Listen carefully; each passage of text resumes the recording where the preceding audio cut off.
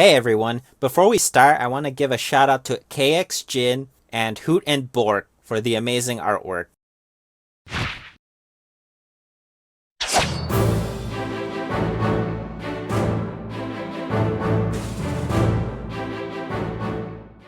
This one's a doozy. Fire Emblem Awakening was the main reason I ended up wanting to get a 3DS in the first place. Needless to say, I was psyched and could not put this game down. Actually, he wouldn't stop talking about the game. So, I finally surprised him with a 3DS for his birthday. Without a doubt, of course, but the moment you tried my copy of Fire Emblem Awakening... Let's just say, I challenged my fate. I'm drifterindenial. And I'm Hirari, joining in for this special review. The Fire Emblem series is a strategy tactics-based game with a compelling story and a cast of characters, following the weapon triangle similar to rock, paper, and scissors. For those like me who never played a Fire Emblem game, the introduction of permadeath was table flipping. When your unit's HP reaches 0, they're gone for good. No fading, no respawning in the next town, they're gone for the rest of the game. And if you didn't want them dead, guess who's going to be stuck in that chapter until no one dies? To make this in related terms, this is what single-handedly inspired the Nuzlocke challenge in Pokemon games. What? No! How is it possible?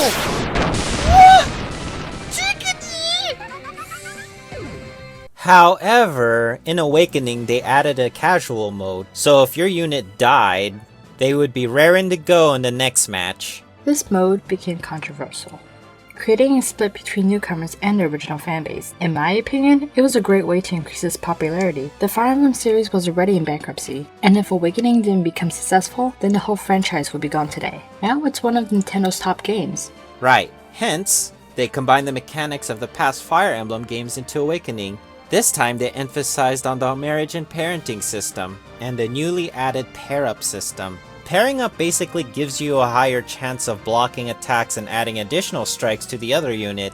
Reclassing returns, enabling you to learn skills from other classes, but good god, this itself can fix certain characters to be more solid, or completely make them broken. And I mean really broken. But I still find it fairly entertaining. Speaking of pairing, there's a good reason why they call it Waifu Emblem. More pairing means more support equals more babies. Those children inherit skills from the parents, hence you end up making something equivalent to the spawn of Satan. Overpowered, Satan spawns from the future.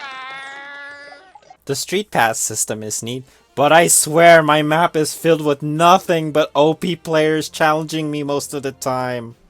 Meh, guess you can always dismiss them or deal with them with bravery if you're not in the mood. It also appears that the character's feet clip into the ground.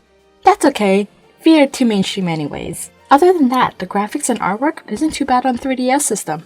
While I personally do like the artwork, it seems like a lot of people do miss the older styles. As for the story... Oh, no! Who can say?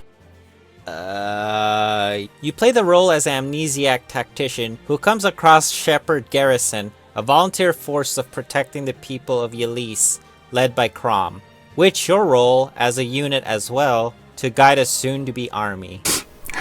Chrom, I'm so sorry.